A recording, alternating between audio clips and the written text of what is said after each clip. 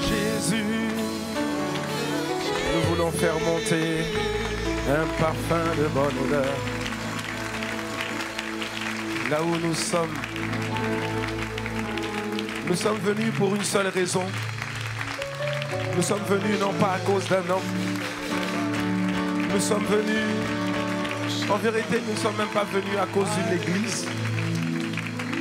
Nous ne sommes même pas venus parce que nous avons un besoin particulier, parce que nous avons une requête particulière.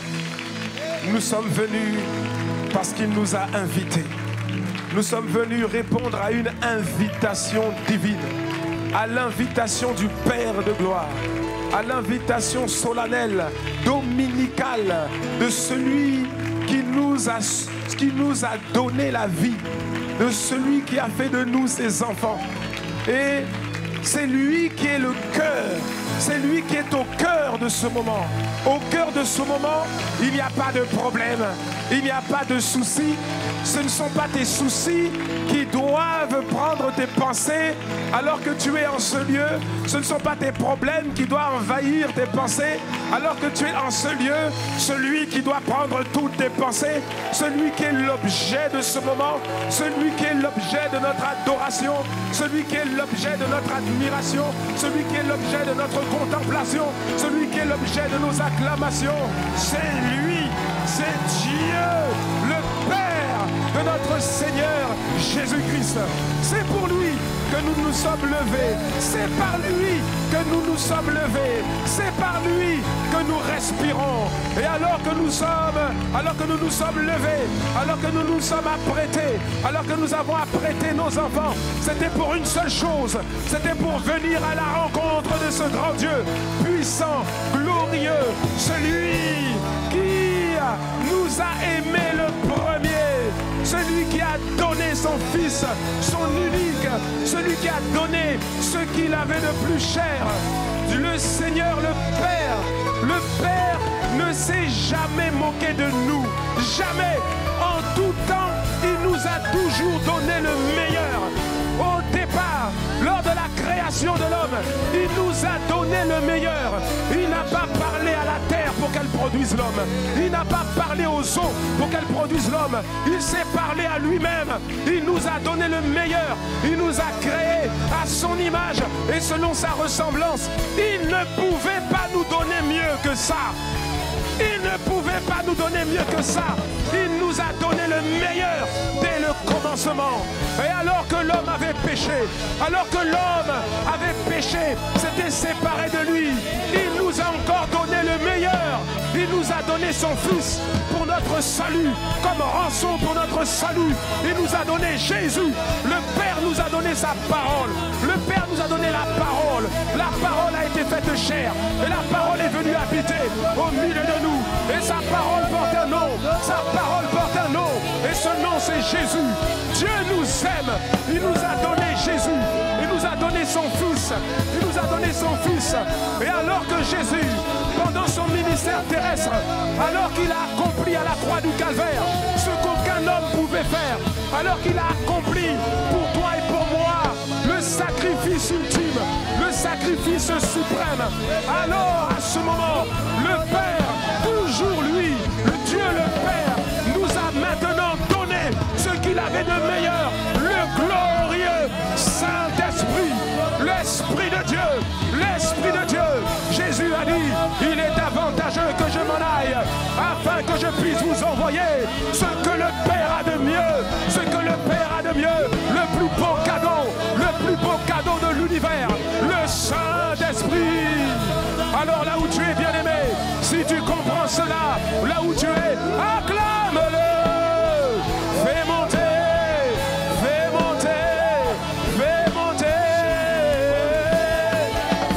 un chant. C'est un chant de gratitude, c'est un chant de reconnaissance, c'est un cri d'allégresse, un cri de gratitude, un cri de reconnaissance envers celui qui nous a aimés. Il nous a aimés. Il est digne de recevoir honneur, louange et gloire. Il est digne. Je dis qu'il est digne.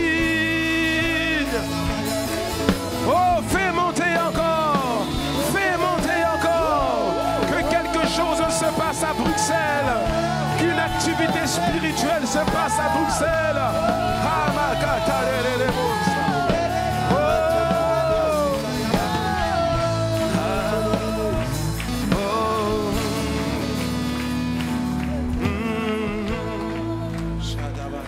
Tendre Père, tendre Père, tendre Père, tendre Père, oh, reçois la louange pour ta bonté, ta fidélité, tendre Père.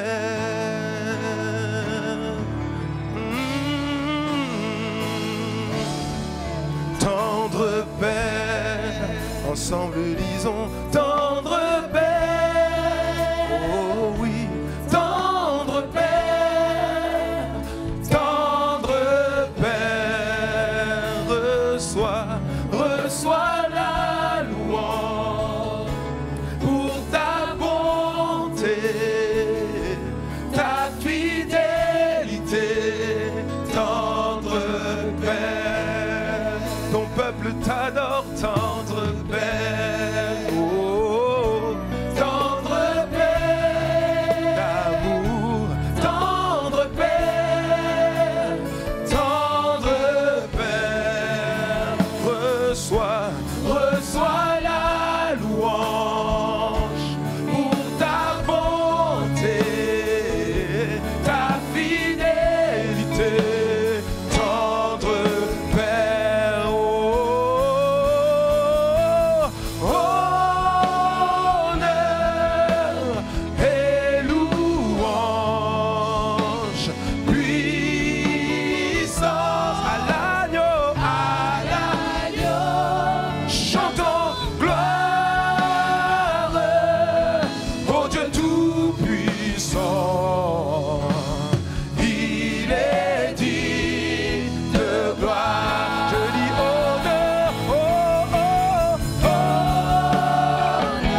et louange, disons puissance. À l'agneau, chantons gloire. Oh oui, au Dieu tout-puissant. Il est dit de gloire. Je dis honneur, oh oui, et louange, tous ensemble. À l'agneau de Dieu. Oh, gloire. Oh oui, au Dieu tout-puissant. Il est dit de gloire. Je dis honneur et louange à l'agneau. Oui, à l'agneau de Dieu. Ensemble chantons gloire au Dieu tout-puissant. Il est dit de gloire. Tendre Père, tendre Père, tendre Père, tendre Père, reçois la louange pour ta bonté, ta fidélité, tendre Père, Père d'amour, Père d'amour, Père d'amour, Père d'amour, reçois la louange pour ta bonté, ta fidélité, Père d'amour. Je t'adore, oui, je t'adore, je t'adore, je t'adore, Jésus, je t'adore. Reçois la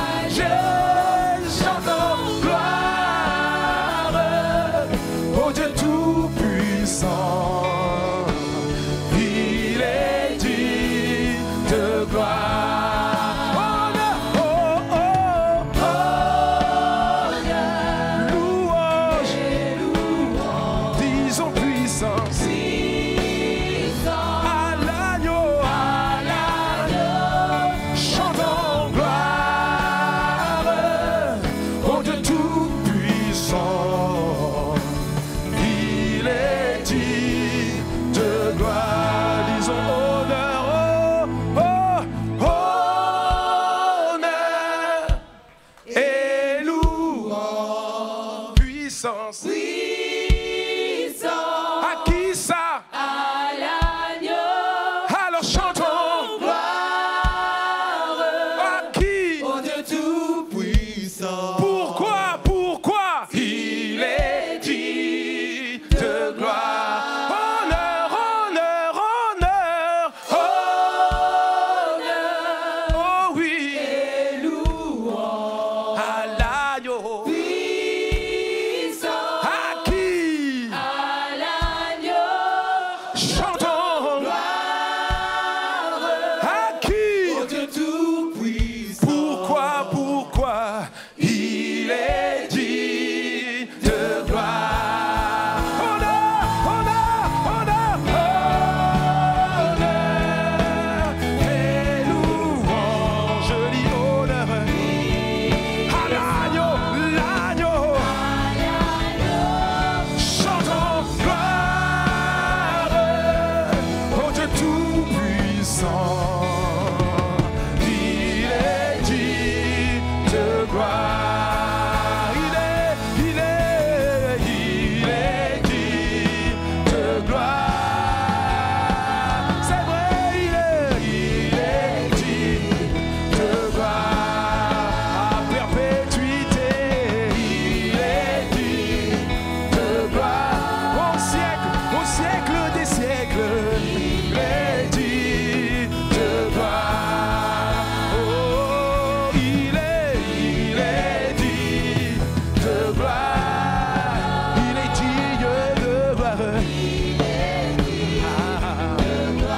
Alors pousse un cri de joie. Hey, hey. Il est digne de gloire. Pousse un cri de joie. Magnifique. Il est magnifique. Il est glorieux. Il est glorieux. Il est magnifique. Il est magnifique. Il est glorieux. Oh, il est magnifique. Redoutable.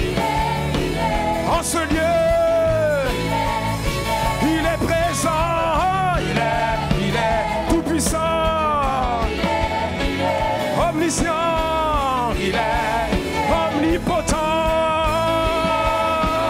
Omniprésent. Il est présent. Oh, il est tout puissant.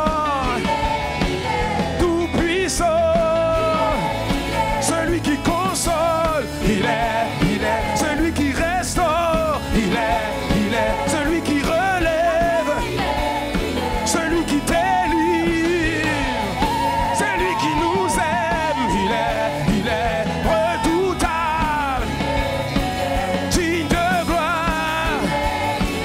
Présent. Pousse un cri de joie. Hey! Parce qu'il est ici. Pousse un cri de joie. Ne te laisse pas impressionner par ton voisin. Là où tu es, tu reconnais la grâce de Dieu.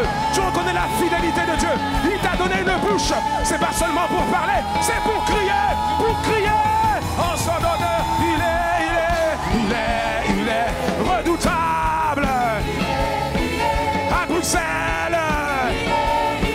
En ce lieu, il est avec nous.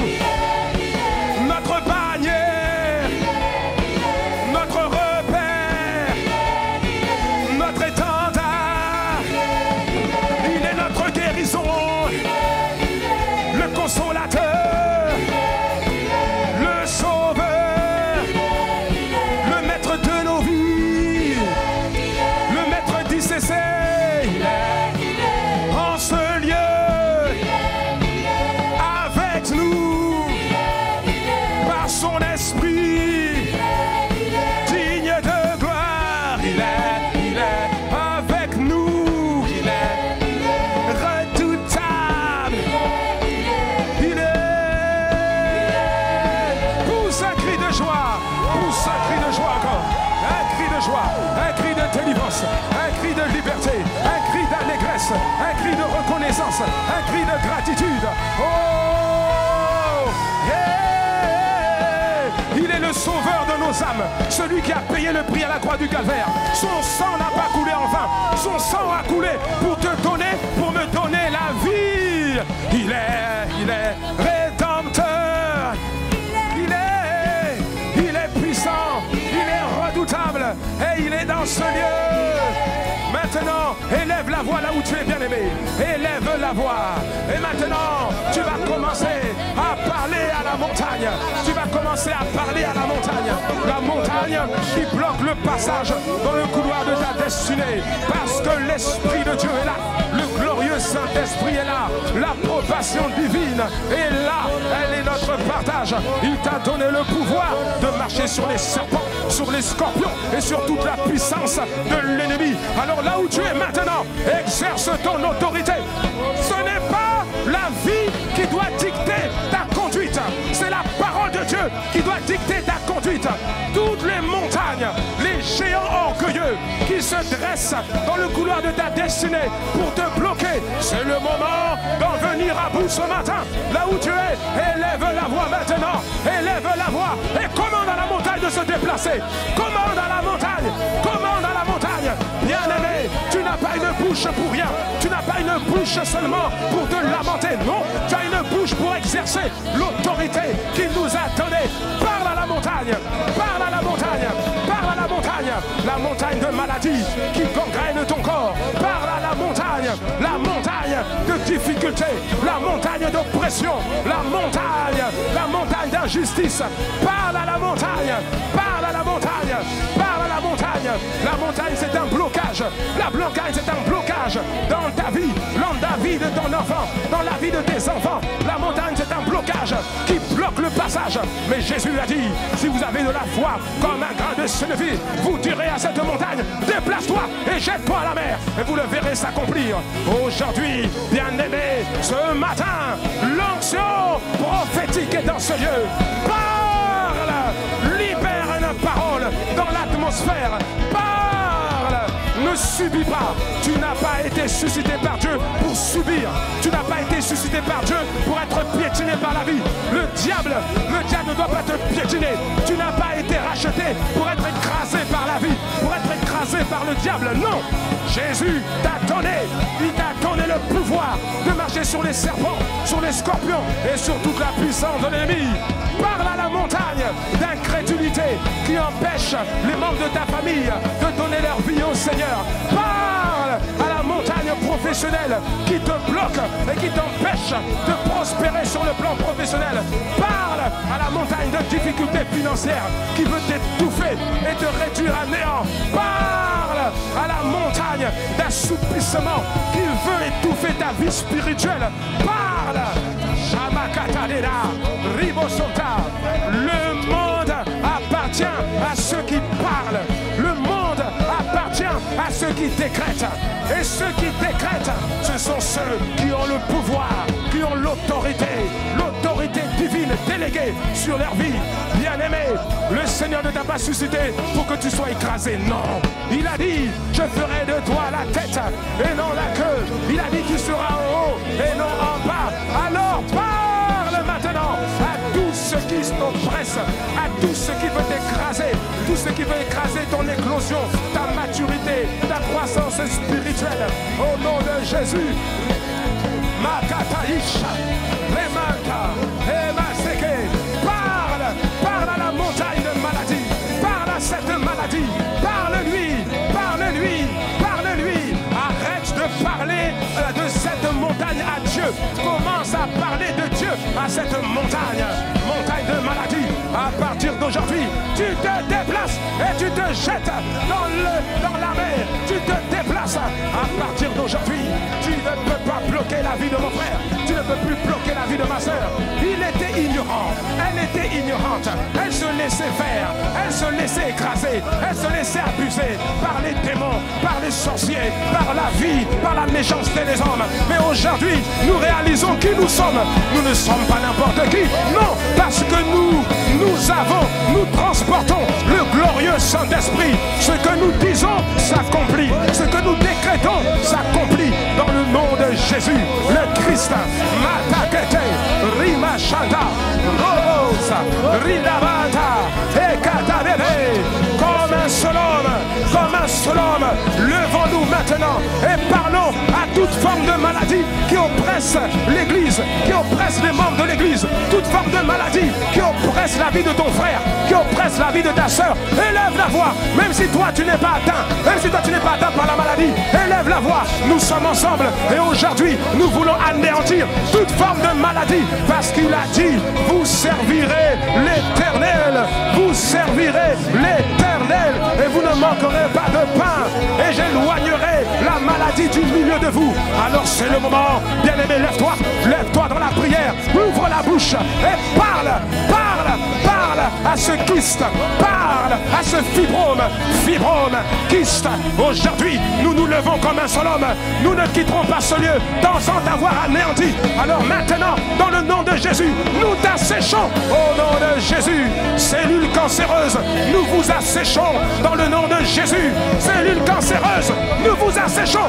Nous proclamons votre destruction dans le nom de Jésus. Nous plaidons le sang, maintenant.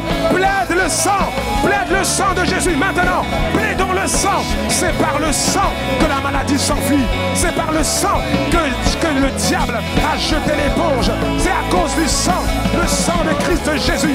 Nous plaidons le sang de Christ, le sang de Jésus. Nous plaidons le sang de Jésus sur l'Église, sur chaque membre de l'Église, sur chaque femme, sur chaque homme, sur chaque enfant. Nous plaidons l'aspersion du sang, du sang, du sang, du sang de Jésus. Le sang de Jésus qui parle, il parle contre le cancer, il parle contre les problèmes de rein, les problèmes d'intestin, il parle contre le cancer, il parle contre les maladies de sang, il parle contre les problèmes d'articulation, il parle contre les maux de tête. Le sang de Jésus parle contre les céphalées, le sang de Jésus parle contre les céphalées, il parle, il détruit, il parle à la tension artérielle, il ordonne à la tension artérielle de s'équilibrer, de s'ajuster. Maintenant, dans le nom de Jésus, le sang de Jésus parle, il a une voix, il parle plus fort que le sang d'Abel. Le sang de Jésus parle, il parle maintenant, il parle à ton bénéfice, il parle pour ton foyer, il parle pour tes enfants, il parle pour la protection divine sur ta vie. Le sang de Jésus parle, il parle sur tes affaires, il parle sur ton métier, il parle sur tes entreprises, il parle sur tes projets. Le sang de Jésus a une portée multidirectionnelle et multidomaine, pluridisciplinaire. Le sang de Jésus. Continue à parler encore. C'est le moment. Ne reste pas muet. Face à une situation, on ne reste pas muet. On parle. Et notre âme, c'est la prière. Notre âme, c'est la foi. La prière par la foi. Notre puissance, c'est celle du Saint-Esprit. C'est la puissance de l'obéissance manifestée par chacun de nous. L'obéissance confère à nos prières une puissance redoutable. Une puissance redoutable. Un peuple obéissant est un peuple obéi. Un peuple obéissant est un peuple qui a le pouvoir. Et nous avons le pouvoir. Nous avons le pouvoir de mettre fin à ces problèmes, de mettre fin à cette maladie, de mettre fin à cette injustice dans le nom de Jésus, le Christ. Et pousse un cri de victoire maintenant. Pousse un cri de victoire. La victoire par le sang de Christ. Hey! Pousse. Ça fait partie de la prière. Ce cri de victoire fait partie de cette prière. Ah! Merci Seigneur. Acclame le roi de gloire. Acclame. Dis-lui merci maintenant. Dis-lui merci maintenant. Oh, oh. Ah. Oh. Reçois, Seigneur, comme un doux parfum, l'amour et le chant de nos cœurs reconnaissants.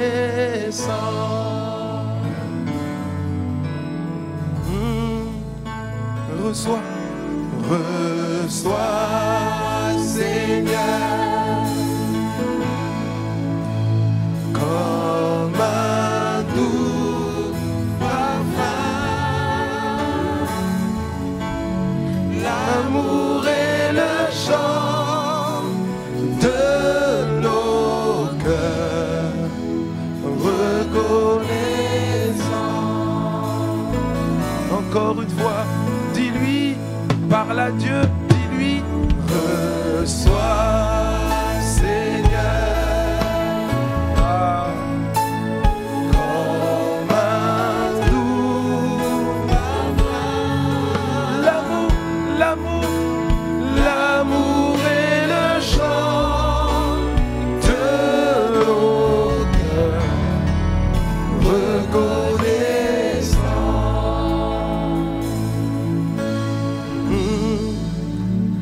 L'amour est le chant de nos cœurs, reconnaissants.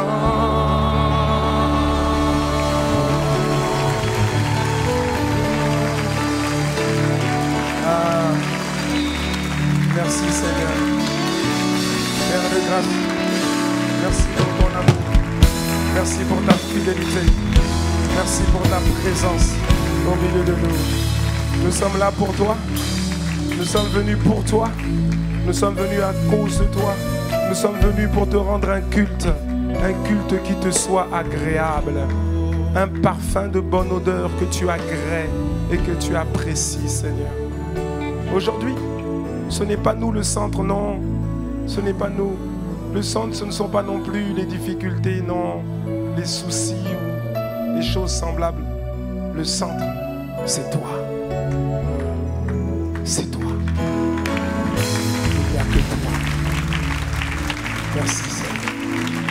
Au nom de Jésus, nous t'avons ainsi prié. Nous t'avons ainsi adoré. Nous t'avons ainsi célébré. Nous t'avons ainsi acclamé. Dans le nom le plus grand, dans le nom le plus beau, dans le nom le plus puissant, dans le nom le plus redoutable de tout l'univers, dans le nom de Sa Majesté, le Roi de gloire, dans le nom de Jésus, le Christ. Amen. Disons Amen. Amen, Amen.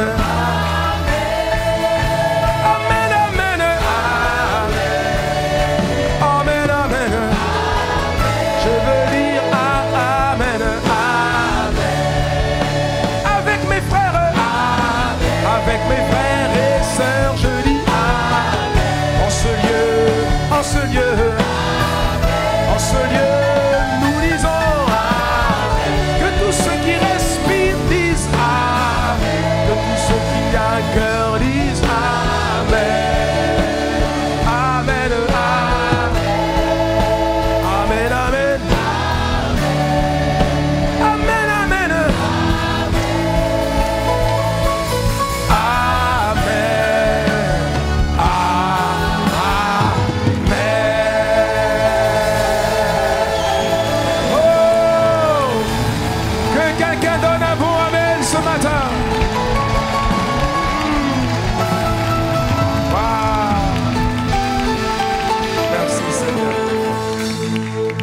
quelqu'un est dans la joie ce matin? Est-ce que quelqu'un est dans la joie ce matin? Si tu es dans la joie, alors lève la main comme ça. Alléluia. Et regarde ton voisin s'il a levé la main. S'il n'a pas levé la main, prends-lui la main et dis: je te communique ma joie. Alléluia. Dis: je te communique ma joie. Merci Seigneur. Oh, acclame le Seigneur. Si tu acclames Dieu, tu es en train de faire la bonne chose. Tu es la bonne personne au bon endroit et au bon moment. Et tu fais la bonne chose. Wow. Voilà. Avant de t'asseoir, s'il te plaît, bien-aimé, avant de t'asseoir, salue ton voisin encore une fois. Donne-lui une bonne parole. Donne-lui une parole d'encouragement. Dis-lui quelque chose, une parole d'encouragement. Alléluia. Merci Seigneur. Wow. Bien-aimé, encore une fois, bonjour et bienvenue à ICC. Bonjour et bienvenue dans cette représentation diplomatique du royaume des cieux sur la terre. Oui, bien-aimés, c'est une représentation diplomatique du royaume des cieux ici-bas sur la terre. Dieu a dit que nous avons les fonctions d'ambassadeur pour Christ. Et là où l'ambassadeur est, c'est une représentation diplomatique. Alléluia. Tourne-toi vers un voisin. Dis-lui, j'ai jamais vu autant d'ambassadeurs en une seule fois. Ah ouais. Alléluia. Merci Seigneur. Alors bien-aimés, je voudrais commencer d'abord par vous transmettre les chaleureuses salutations parce que j'étais sur place et les salutations étaient chaleureuses. Les chaleureuses salutations de l'église de l'Assemblée Impact Centre Chrétien à Paris. À Boissy, j'étais là-bas la semaine dernière et je leur ai transmis vos salutations et ils ont répondu. Donc comme ils ont répondu, je leur ai promis de transmettre aussi les salutations. S'ils n'avaient pas répondu, je vous aurais dit ils n'ont pas répondu. Mais ils ont répondu. Amen. Alléluia. Et il y a deux semaines, nous étions au Luxembourg où l'église ICC là-bas a déménagé. On était d'abord dans un hôtel pendant plusieurs années et là Dieu a vraiment fait grâce sur un site qui est beaucoup plus grand. Donc il a été inauguré. Il reste encore des choses à faire, mais nous sommes en train de voir déjà un changement et quelque chose de glorieux qui est en train de se passer là-bas. Amen. Alléluia. Voilà. Regarde encore ton voisin. Dis-lui, mais finalement, toi, tu n'es pas parti. Tu es là aussi. Hein? Et toi, tu n'es pas parti. Toi, tu ne pars pas, on dirait. Hein? Toi, tu es là. Tu ne pars pas en vacances. Tu es là. J'ai une bonne nouvelle. Tu es là. Le Saint-Esprit aussi est là. Amen. Donc, il n'y a pas de problème. Nous sommes les bonnes personnes au bon endroit et au bon moment. Amen. Voilà, nous voulons également rendre grâce à Dieu pour les 2 derniers dimanches où nous avons été édifiés par le Seigneur à travers l'assistant pasteur Dominique. Est-ce qu'on peut acclamer le Seigneur pour notre bien-aimé? Alléluia. Amen. Voilà. Donc là, ça soulage un pasteur quand il sait qu'il peut se déplacer et puis en même temps, à la maison, le peuple est bien nourri. Voilà. Et pas avec des trucs bizarres, des choses bizarres. Voilà. Et donc, c'est vraiment une grâce. Et nous devons apprécier cette grâce, bien-aimés. Vraiment, nous devons apprécier cette grâce. Je ne te vois pas apprécier cette grâce. Amen. Merci, Seigneur. Merci, Seigneur. Alors, nous voulons avancer. Rappelez-vous, il y a 2-3 semaines, donc, du coup, nous étions en train de parler de quelque chose d'important. Nous étions en train de parler de la prière d'arrosage. Dis avec moi l'arrosage. L'arrosage. Alléluia. Nous étions en train de voir qu'il y a plusieurs types. Il y a 2 types. Dis avec moi 2 types de cœurs. Oui, 2 types de cœurs que nous devons arroser par la prière. Amen. Alors nous voulons prendre nos Bibles dans le livre de 1 Corinthiens. 1 Corinthiens au chapitre 3. 1 Corinthiens chapitre 3. Et alors que tu prends ta Bible, demande à ton voisin. Tu vas déranger ton voisin. Dérange ton voisin. Dis-lui, montre-moi ta Bible. S'il te plaît, montre-moi ta Bible. C'est un contrôle. On fait un contrôle. Montre-moi ta Bible. Si ton voisin te montre un téléphone, explique-lui qu'il y a une différence entre la Bible et un téléphone. Si ton voisin te montre un iPad ou un aïe, je sais pas quoi, tu lui dis aïe, aïe, aïe, ce n'est pas une Bible. Alléluia. Non, bien aimé. En tout cas, le Seigneur est en train de m'interpeller particulièrement là-dessus. Ouais. Et vous voyez, je disais à Paris la semaine dernière, je disais qu'un commandant de bord, vous voyez, un commandant de bord qui n'a pas d'avion, c'est bizarre. Vous voyez, non? Un roi qui n'a pas de trône, c'est bizarre. Oui ou non? Un oiseau qui n'a pas d'ailes, c'est bizarre. Un requin qui n'a pas de dents, c'est bizarre. Un chrétien qui va à l'église le dimanche sans Bible, c'est très bizarre. Ah oui, oui, oui. C'est très bizarre. Et si tu n'acclames pas le Seigneur, c'est aussi bizarre. C'est louche. Je dirais c'est louche. C'est louche. Alléluia. Merci Seigneur. 1 Corinthiens chapitre 3, versets 5 à 7. Le Seigneur, Dieu pose une question. Parce que la Bible, c'est la parole de Dieu. Que quelqu'un dise Amen. La Bible, c'est la parole de Dieu.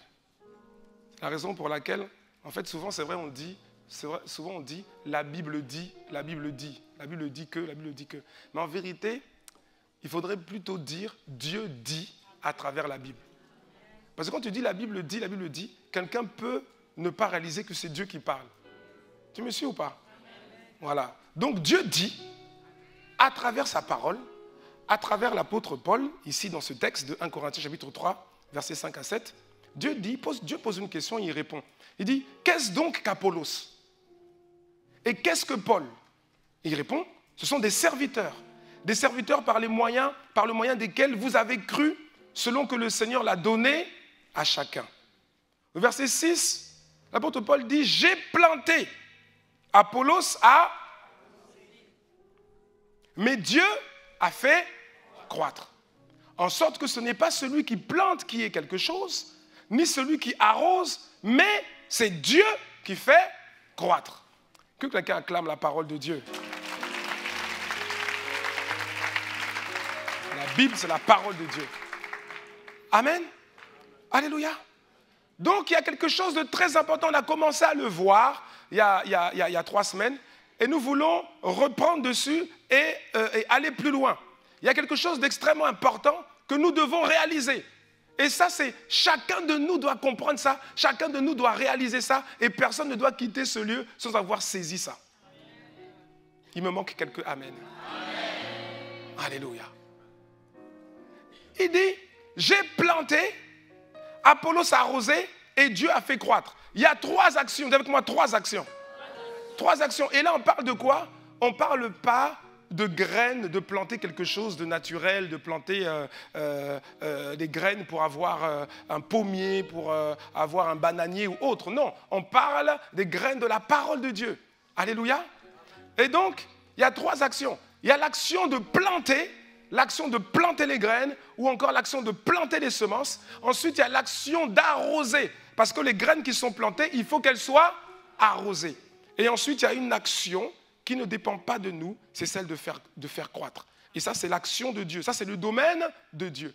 Mais Dieu, nous ne pouvons pas prendre jouer le rôle de Dieu, mais Dieu aussi ne va pas jouer le rôle qu'il nous a donné. Le rôle qu'il nous a donné, c'est quoi? C'est de planter et c'est d'arroser pour permettre au Seigneur de faire croître. Alléluia. De planter des graines. Nous plantons des graines. À chaque fois, chaque semaine, aujourd'hui, et c'est un sujet d'action de grâce, tu peux déjà acclamer le Seigneur pour ça. Aujourd'hui à ICC Bruxelles, par la grâce de Dieu, nous sommes dans une dynamique où nous avons 8 sorties d'évangélisation chaque semaine. Oui, 8 sorties. C'était une occasion pour toi encore d'acclamer le Seigneur. 8. Donc on multiplie les occasions. Et Dieu veut faire de nous, Dieu est en train de faire de nous, c'est vrai que ça ne se fait pas en une fraction de seconde, mais Dieu est en train de le faire et nous sommes en train de devenir un peuple qui sort, un peuple qui évangélise. Pas seulement quelques personnes, mais tout un peuple. Alléluia. Amen. Et donc lorsque nous sortons pour évangéliser, c'est-à-dire pour annoncer Christ, c'est-à-dire pour annoncer la bonne nouvelle du royaume de Dieu, de la bonne nouvelle de Jésus-Christ, pour donner notre témoignage en Christ de ce que le Seigneur a fait dans nos vies, de ce que le Seigneur a fait dans chacune de nos vies, lorsque nous le faisons, nous sommes en train de planter des graines. Dis avec moi des graines. Oui, nous sommes en train de planter des graines. Il y a des graines qui sont plantées. Ces graines sont plantées. Quand nous discutons avec les gens, que ce soit au métro, que ce soit dans la gare, que ce soit dans les rues, que ce soit dans les parcs, où que ce soit, lorsque nous sortons pour évangéliser, il y a plusieurs types de personnes. Il y a des personnes qui ne nous écoutent pas. Il y a des personnes qui ne nous regardent pas et qui ne nous écoutent pas. On s'approche d'elles et elles s'éloignent. Dans ces personnes-là, dans leur cœur, on n'a pas planté de graines parce que c'était impossible. Ils ont fermé l'accès au champ de leur cœur. Mais il y a d'autres personnes qui, lorsqu'on les aborde, nous écoutent par la grâce de Dieu. Et ils prennent 5 minutes avec nous, 10 minutes avec nous, 15 minutes avec nous, 30 minutes avec nous, parfois même 1 heure, plus d'1 heure avec nous. Et lorsque nous sommes en train de parler avec ces personnes, nous ne leur parlons pas de l'ouverture du championnat de la Première Ligue.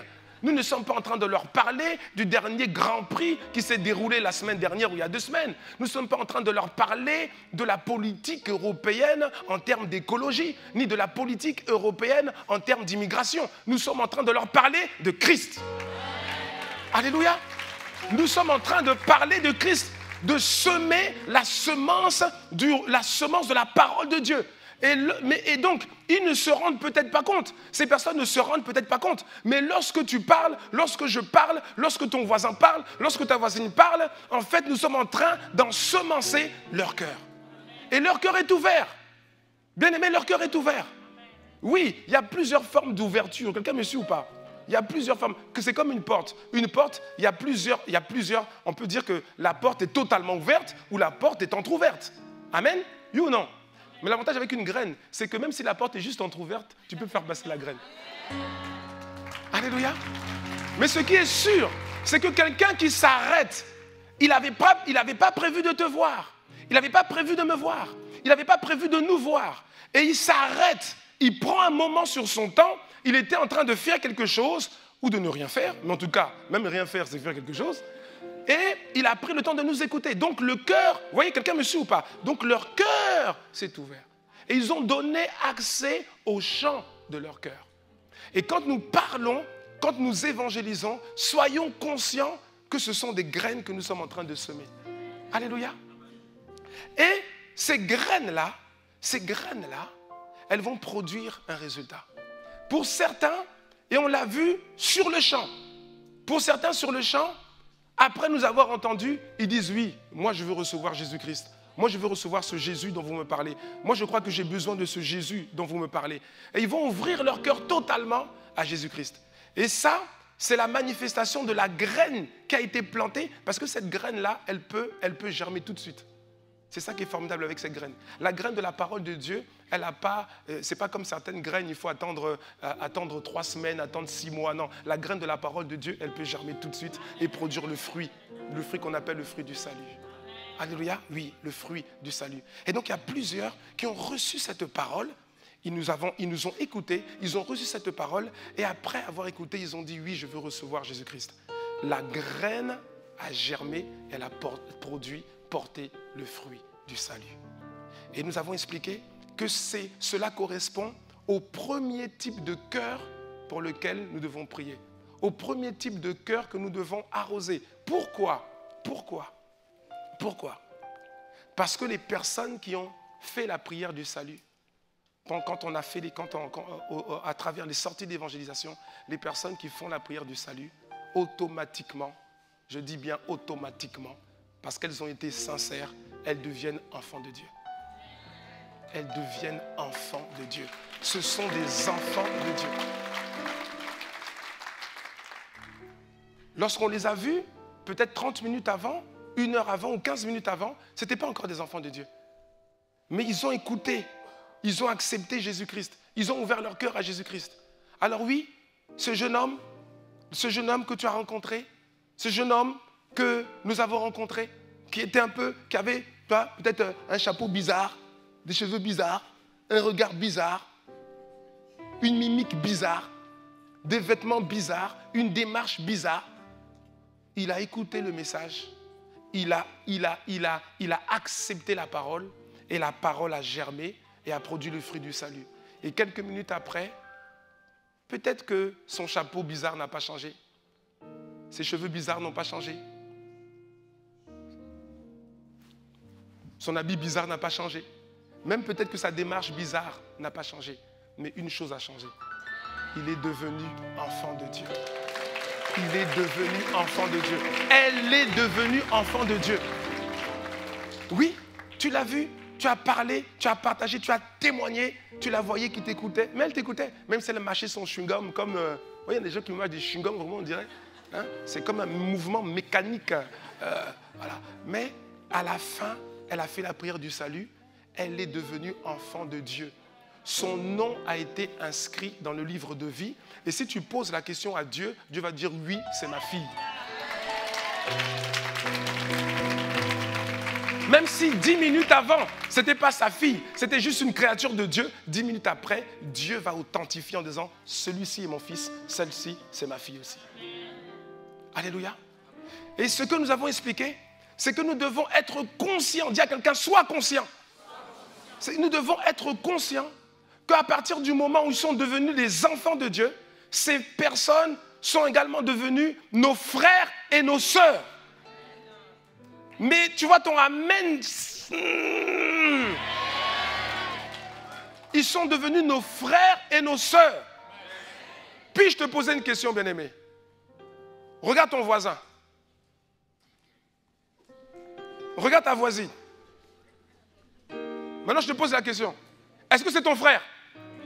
Est-ce que tu le reconnais comme ton frère en Christ, comme ta sœur en Christ? Ah, là, tu n'hésites pas. Là, tu n'hésites pas. Tu reconnais que c'est ton frère en Christ. Ta sœur en Christ. Tu reconnais ça? Parce que, tu vois, tu te bases sur le vécu. Ce n'est pas la peine de dire amen ou pas amen. Je sais que tu te bases sur le vécu. Tu te bases sur le vécu parce que tu le connais depuis longtemps. Tu sais que c'est un authentique chrétien. Tu sais que c'est une authentique chrétienne. Tu sais que c'est ton frère. Tu sais que c'est ta sœur. Mais moi, je suis en train de te dire, d'essayer de te faire comprendre que quand Dieu te regarde toi, quand il regarde ton frère, quand il regarde le nouveau qui vient de donner sa vie au Seigneur, Dieu voit 3 enfants. 3 de ses enfants à lui. Je suis en train de te dire que la personne qui a donné sa vie à Jésus-Christ il y a 30 minutes, il y a 20 minutes, il y a 1 heure, il y a 2 jours, n'est pas moins ton frère et ta sœur que ton voisin pour lequel tu as attesté que c'était ton frère en Christ ou ta sœur en Christ. Alléluia. Oui, c'est ce que nous avons expliqué. Dans une famille naturelle, on prend l'exemple d'une famille naturelle parce que ça nous fait avancer plus vite en termes de compréhension. Dans une famille naturelle, nous expliquions que dans une famille naturelle, tu fais partie de la famille, tu es enfant de la famille. Supposons, toi tu es l'aîné, tu as 20 ans, tu as un petit frère qui a 18 ans, une sœur qui a 16 ans, et puis encore un autre cadet qui a 14 ans. Donc tu as combien de frères et sœurs? C'est pas un problème mathématique compliqué, ça. Hein? Quelqu'un commençait déjà à transpirer. Pasteur, j'habite pas le quartier, quoi. Tu vois? Non, frère. Tu as un frère de 18 ans, une sœur de 16 ans, un frère de 14 ans. Et si on te pose la question, combien de frères et sœurs tu as? Tu vas répondre clairement, j'en ai 3. Oui ou non? J'en ai 3. Et si on te dit tu en as 2, tu vas dire non, j'en ai 3. Alléluia. Maintenant, si maman accouche, si la maman accouche, si elle accouche ce matin, si elle vient juste d'accoucher, et a donné naissance, elle donne naissance à un petit frère. Un petit frère, même si tu ne l'as pas encore vu, même si tu n'es pas encore passé à la maternité, tu ne l'as pas encore vu, mais tu sais que ta maman a accouché. On t'a appelé pour dire maman a accouché. Et si on te pose tout de suite la question, combien de frères et sœurs tu as, tu vas dire combien? Tu vas dire j'en ai 4. Et tu vas le dire avec conviction, même sans avoir vu le petit dernier. Parce que tu sais que c'est le fils de la maison. Tu sais que c'est le dernier de la famille. C'est peut-être le dernier de la famille, mais il est de la famille. C'est parce qu'il est le dernier qu'il n'est pas de la famille. C'est le dernier de la famille, il est de la famille et il est 100% ton frère, elle est 100% ta sœur. Et tu ne vas pas dire parce que tu n'as pas vécu le même vécu qu'avec ton voisin en termes de vie chrétienne, tu ne vas pas dire que celui-là est moins mon frère en Christ ou ma sœur en Christ. Tu ne vas pas le dire. Parce que ton petit frère qui a 18 ans, ça fait 18 ans que tu le connais. L'autre, ça fait 16 ans que tu la connais et l'autre, 14 ans que tu les connais. C'est vrai, ça fait beaucoup d'années. Mais le dernier, tu ne vas pas dire, parce que le dernier n'a que 2 minutes de vie ou 1 heure de vie, tu ne vas pas dire, lui là, il est mon petit frère à 10%. Non, il est ton petit frère à 100%. C'est vrai ou c'est pas vrai? Eh bien, bien aimé, c'est la même chose en ce qui concerne nos frères et sœurs en Christ. Les personnes que nous gagnons par la grâce de Dieu, à travers l'évangélisation, les personnes qui reçoivent les graines, qui reçoivent la parole de Jésus-Christ, qui répondent à cette parole en faisant par la foi la prière du salut, automatiquement, ils deviennent nos frères et sœurs en Christ. Il faut que ça soit dans nos têtes. Il faut que ça ne nous quitte pas. On doit comprendre ça. Et si tu comprends ça, si nous tous nous comprenons ça, nous allons avoir la bonne attitude et nous allons poser les bonnes actions. Parce que si dans une famille naturelle, on te dit que maman a accouché, elle a accouché à la maternité, l'enfant est né. Et ensuite, maintenant, un enfant quand il est né, à un moment donné, l'enfant, il faut qu'il vienne à la maison, n'est-ce pas? Oui ou non? On ne laisse pas un enfant, les enfants ne grandissent pas à la maternité, ils grandissent dans les familles. Oui, ils naissent à la maternité, mais il y en a qui restent quelques jours, d'autres qui restent un peu plus longtemps, mais après ils grandissent dans les familles, on ne grandit pas à la maternité. Que quelqu'un dise amen si c'est vrai. Alléluia. Donc à partir du moment où quelqu'un est devenu ton petit frère, à partir du moment où quelqu'un est devenu ta petite sœur, dans le monde naturel, c'est un bébé qui a quelques heures, qui a quelques jours. Et ensuite on va dire, voilà, maman et l'enfant, maman et le petit dernier, ils vont arriver à la maison aujourd'hui. Quand on dit ça, mais c'est toute la maison, tous ceux qui sont déjà là, qui sont contents. Oui ou non? Il y a une euphorie dans la maison. On se dit, on est heureux déjà, on est heureux d'apprendre que l'enfant est né. Déjà, c'est la première joie. Et ensuite, on est heureux d'apprendre que l'enfant est en train d'arriver à la maison. Et toute la famille est en effervescence. Les frères, les grands frères, ils sont en ébullition. Même les grands frères qui ont 2 ans, parce qu'il y a des grands frères, ils ont 2 ans.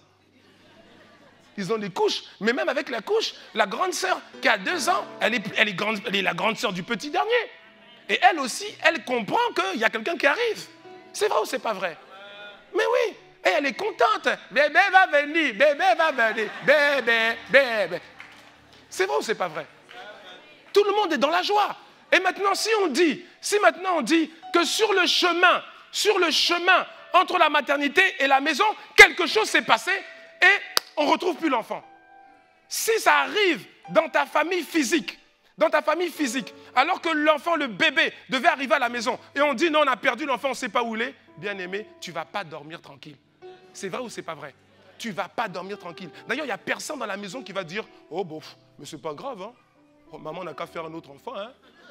C'est ça que tu vas dire? Non, on ne fait pas des choses comme ça.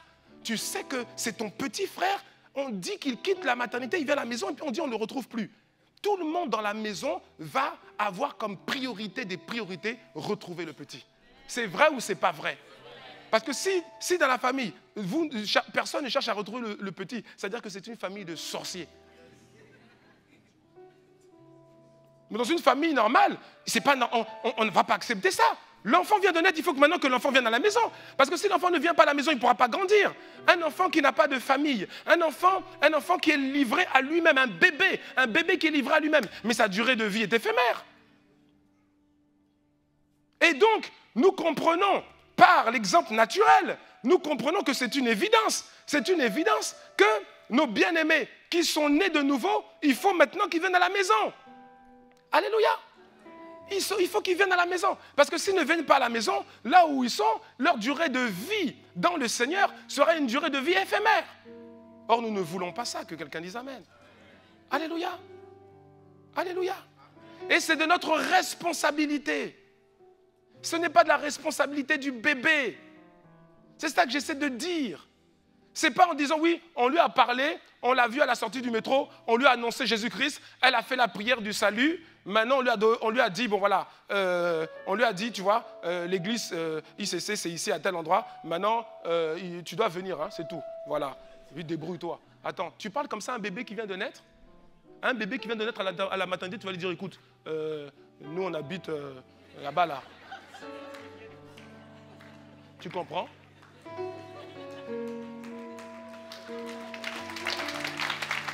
Alors, on habite à Kokelberg. Débrouille-toi pour arriver jusque là-bas. C'est ça que vous faites? Ça ne fonctionne pas comme ça. Ça ne fonctionne pas comme ça.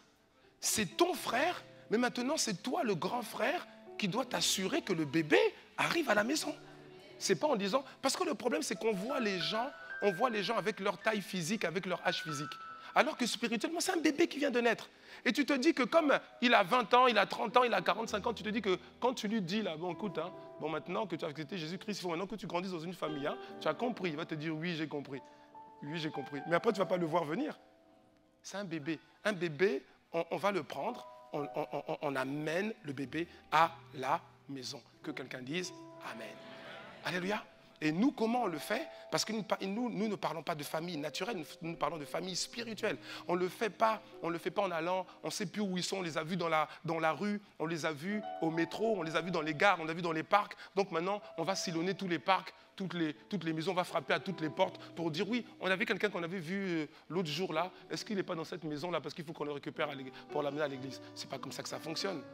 Nous sommes des êtres spirituels. On parle d'une nouvelle naissance spirituelle. C'est-à-dire que comment on le fait? On le fait par la prière. Alléluia. On le fait par la prière. Et si l'église se lève, dis avec moi, nous nous levons.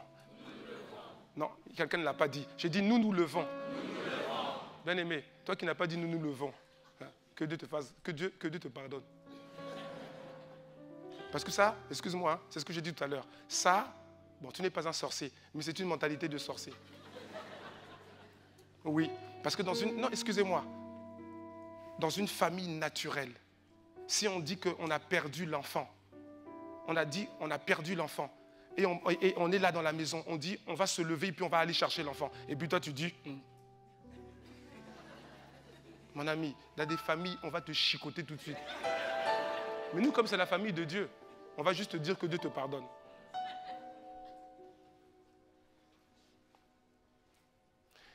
Nous, c'est par la prière.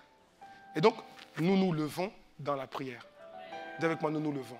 Ah, en tout cas. Nous nous levons dans la prière. Et si le peuple que nous sommes, si la famille spirituelle, locale que nous sommes, se lève dans la prière pour demander au Père, pour demander à Dieu le Père d'attirer maintenant, d'aller récupérer ces enfants là où ils sont pour les amener à la maison, alors il n'y a aucune force, il n'y a aucun diable, il n'y a aucun démon qui peut s'opposer à ça. Aucun. J'ai compris qu'il n'y a aucun démon, aucun. Il n'y en a pas. Et ça, c'est une ruse, c'est un mensonge que le diable veut nous faire croire que de toute façon, ils sont maintenant, vous ne pouvez plus les récupérer, vous les avez vus dans la rue, et puis après, ils ont fait la prière du salut, puis ils sont repartis chez eux, c'est fini. Non, c'est pas fini. Parce que quand ils sont repartis chez eux, ils ont accepté Jésus-Christ comme Seigneur et Sauveur. Et qu'est-ce qui s'est passé? Toi, tu ne l'as pas vu. La personne même ne l'a pas vu. On ne peut pas le voir avec les yeux physiques, mais quelque chose s'est passé spirituellement. Qu'est-ce qui s'est passé? Il y a un cachet qui est venu sur la personne, un cachet divin qui est venu, un ange qui est venu mettre un cachet sur la personne. C'est un cachet invisible, c'est un cachet spirituel, mais c'est un cachet réel. Il est venu comme ça, et il a marqué la personne. Il a marqué cette jeune femme. Cette jeune femme qui mâchait un chewing-gum comme on dirait, je ne sais pas, même une vache ne mâche pas comme ça. Ce jeune homme bizarre qui marchait bizarrement, avec une tête bizarre et qui a fait la prière du salut sincèrement. Il y a un cachet. Quand il est rentré chez lui, il ne s'est pas rendu compte. Il y a un cachet qui est venu sur lui. Et sur ce cachet, c'est marqué quoi? Appartient à Jésus-Christ. Alléluia. Sur ce cachet, c'est marqué appartient à Jésus-Christ. Bien-aimés, soyons conscients de cela. Tous les enfants de Dieu sur la terre, tous les enfants de Dieu ont la marque de l'appartenance à Jésus-Christ. Tous. Tous. Je dis tous. Sans aucune exception. Tous. 2 Corinthiens chapitre 1, versets 21 à 22. Le Seigneur nous l'explique. 2 Corinthiens chapitre 1, versets 21 à 22. À travers l'apôtre Paul qui dit, et celui qui nous a fermis avec vous en Christ et qui nous a oints, c'est Dieu. Que quelqu'un dise, c'est Dieu. Verset 22, lequel nous a aussi marqués d'un sceau. Alléluia. lequel nous a aussi marqués d'un sceau et a mis dans nos cœurs les arts de l'esprit. C'est-à-dire l'acompte, un acompte de l'esprit. Alléluia, un gage de l'esprit. Mais il dit, et c'est ça qui nous intéresse ici, il dit que nous avons été marqués par un sceau. Un sceau ou encore un cachet ou encore un tampon ou encore une marque. Quelqu'un me suit ou pas? Alléluia. Oui, tous les enfants de Dieu ont sur eux, je ne sais pas où c'est, mais tu as ça sur toi si tu es enfant de Dieu. Alléluia. Et de toutes les manières, laissez-moi vous dire une chose. Ça, je n'avais pas dit la semaine dernière, enfin la fois passée. Laissez-moi vous dire une chose. C'est la vérité. C'est que tous les êtres humains sont marqués. Tous les êtres humains ont un cachet sur eux. Tous, sans aucune exception. Sans aucune exception. Tourne-toi vers un voisin, dis-lui, tu es marqué. Ah oui, dis-lui, tu appartiens à quelqu'un. Ah oui, oui. Personne n'est libre. Hein. Faut arrêter avec ces histoires libres, tout ça là. Non, non, non. Non, non, non.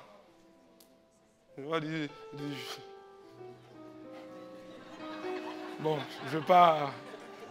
Mais bon, il faut dire la vérité, quoi. Hein, c'est pas soit libre, c'est soit libéré. C'est pas la même chose. Soit libre et soit libéré, c'est pas la même chose. Soit libre, c'est quoi? Tu crois que tu es libre? Non, non, non. Sois libéré de l'emprise du diable. Ça, oui. Alléluia, mais personne n'est libre. Soit tu appartiens au royaume des ténèbres, soit tu appartiens au royaume de Dieu. Soit tu appartiens au diable, soit tu appartiens à Dieu. Il n'y a pas d'autre chose. Il y a la marque, pour ceux qui appartiennent à Jésus-Christ, il y a une marque, un cachet, un tampon, un sceau qui est venu sur eux. Et pour ceux qui n'appartiennent pas à Jésus-Christ, ils sont aussi marqués. Oui, parce que la Bible le dit, c'est dans l'Apocalypse, la Bible dit qu'à la fin, on sait qu'on a la fin des temps, n'est-ce pas? Mais à la fin des temps, la Bible dit que, en fait, si les personnes qui ne vont pas accepter d'avoir la marque de la bête, dis à quelqu'un, il faut lire la Bible, d'avoir la marque de la bête. La marque de la bête, c'est le chiffre de la bête. Tu vois, il y a quelqu'un, il a même peur de dire 6, 6. Il pense que s'il dit 6, 6, 6, ça va appeler là. Oh, reste tranquille, toi aussi. Il y a des gens vraiment, ils ont peur pour rien, quoi. N'importe quoi. Il va dans un hôtel, on lui donne une chambre d'hôtel, c'est la chambre 666. C'est quoi ton problème? Non, changez-moi la chambre, changez-moi la chambre, changez-moi la chambre, changez-moi la chambre. Ah, on n'a pas d'autre chambre, changez-moi la chambre, changez-moi la chambre. Il est même prêt à payer plus pour qu'on lui change la chambre. On va t'arnaquer comme ça. 666, c'est dans la Bible. Les gens qui vont refuser la marque, c'est une marque physique, une marque visible. Amen. Identifiable naturellement. Ceux qui vont refuser ça, c'est les authentiques enfants de Dieu. En même temps, on va les tuer. C'est pour ça qu'il ne faut pas manquer l'enlèvement. Alléluia, mon ami. Pas manquer l'enlèvement, hein. Dieu permet, on va venir sur tout ça là. L'enlèvement, tout ça là. C'est trop passionnant en fait. Il faut que chacun de nous comprenne ce qui va se passer. Oh oui. Ah ouais. Ça va être le moment le plus... Comment dire? Ça va être planétaire. Il y aura un chaos. Les gens vont être complètement désemparés. Il y en a qui vont devenir fous. Parce que des millions de personnes vont disparaître instantanément au même moment.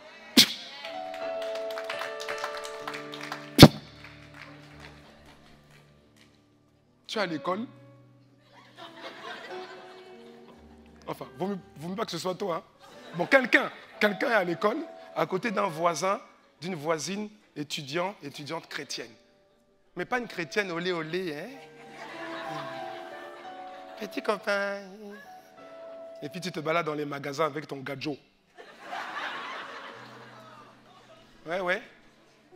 Et puis quand quelqu'un de l'église te voit, tu fais comme si on ne t'a pas vu. Avec ton gadget là.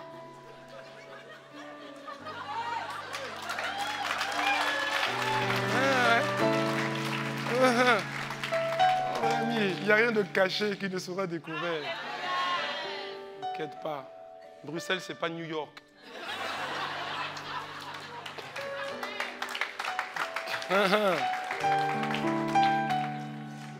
Donc ton voisin, ta voisine, une vraie étudiante chrétienne, un vrai étudiant chrétien, un vrai chrétien. Pas un olé man. Bizarre. Puis après, tu viens servir avec un badge, je suis star.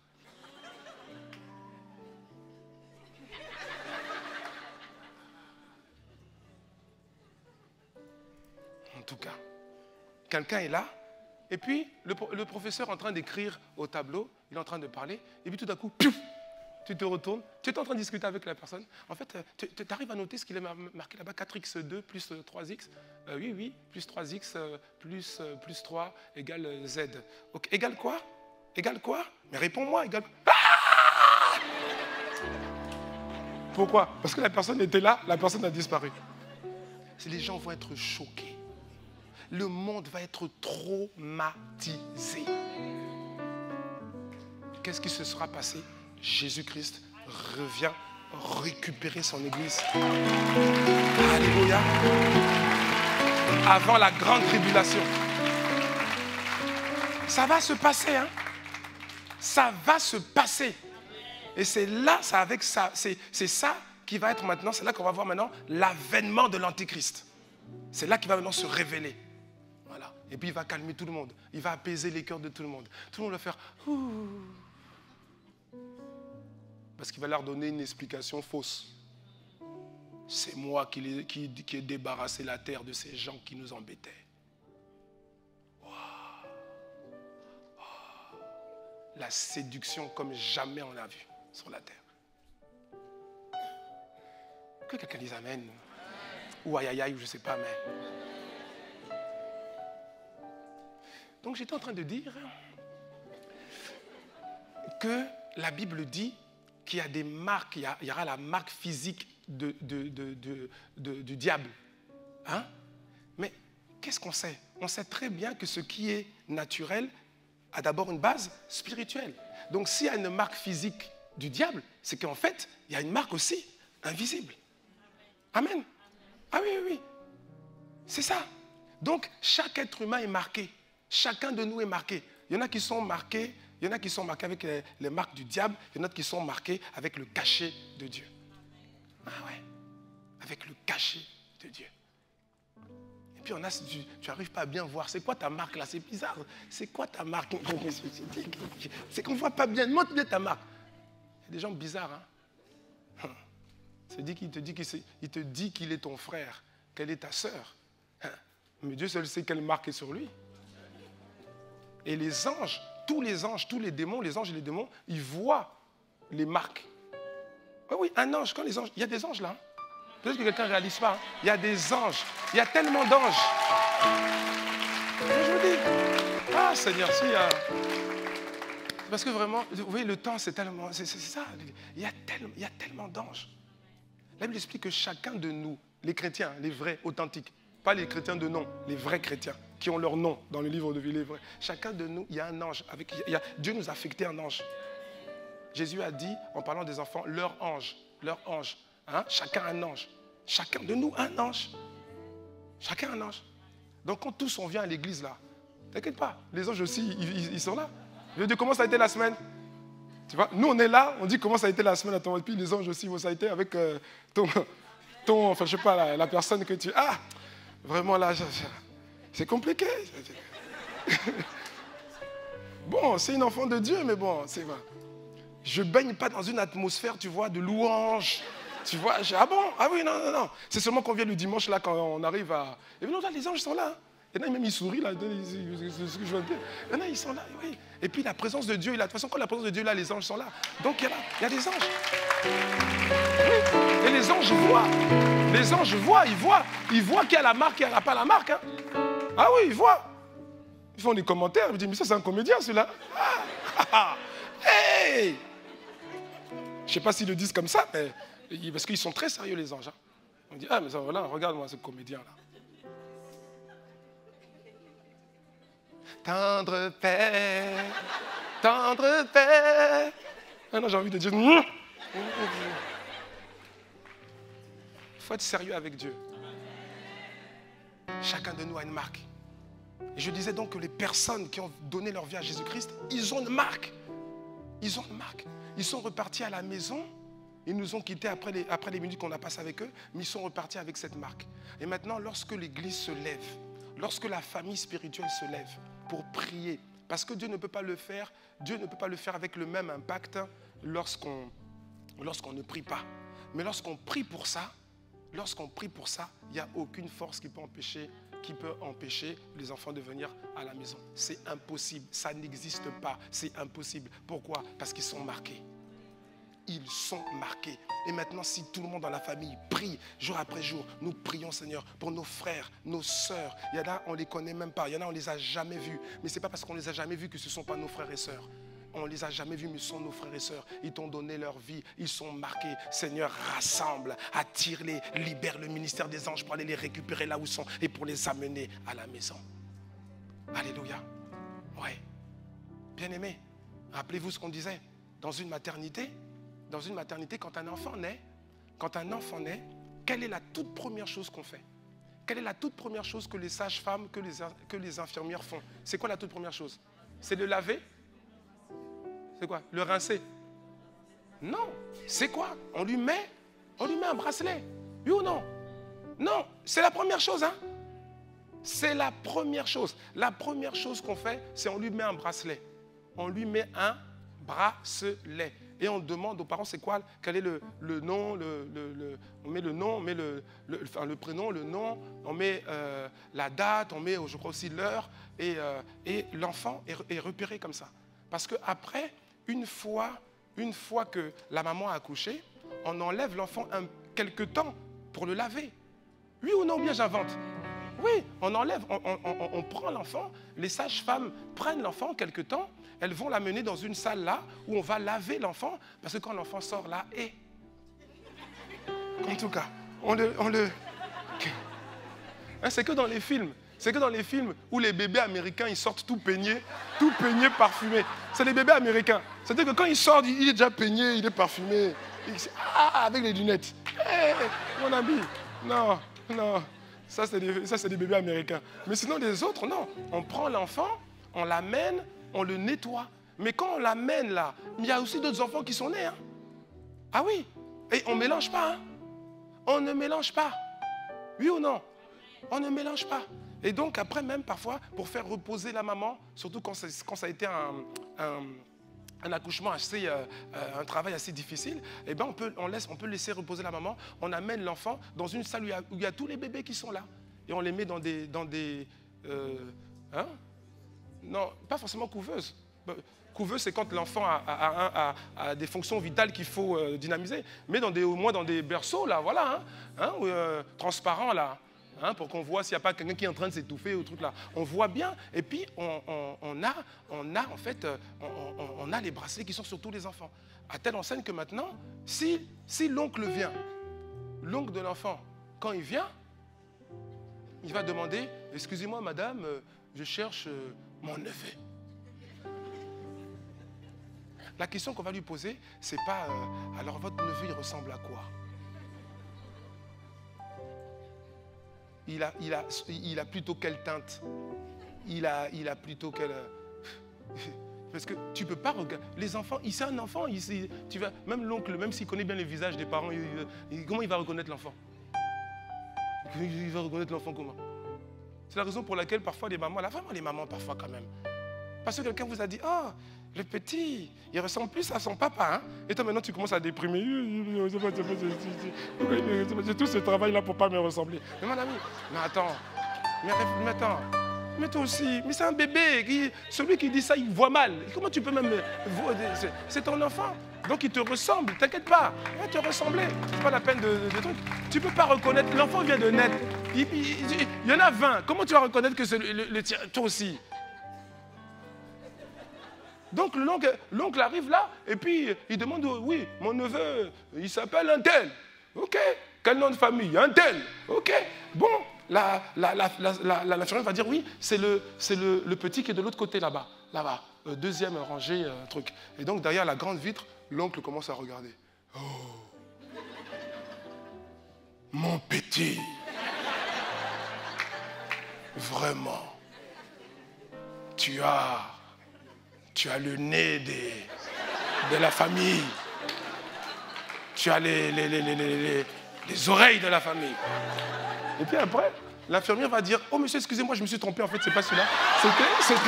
C'était l'autre là-bas. Et puis là, tu vas te déranger. Pourquoi? Parce que tu ne peux pas reconnaître un enfant qui vient de naître, toi aussi. Reste tranquille. Donc, on a le bracelet. Amen. Quelqu'un me suit? On a le bracelet. Chaque enfant de Dieu a son cachet. Amen. Oui. Maintenant, regardez quelque chose. Je vous amène quelque part. Regardez maintenant quelque chose. Si maintenant quelqu'un vient, un oncle ou même le papa ou quelqu'un qui vient, pour dire, voilà, je suis venu récupérer l'enfant. Hein?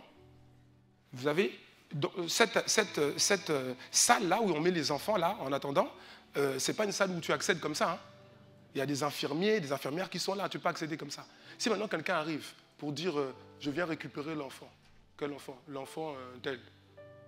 On ne va pas dire, oui, prenez l'enfant. Jamais.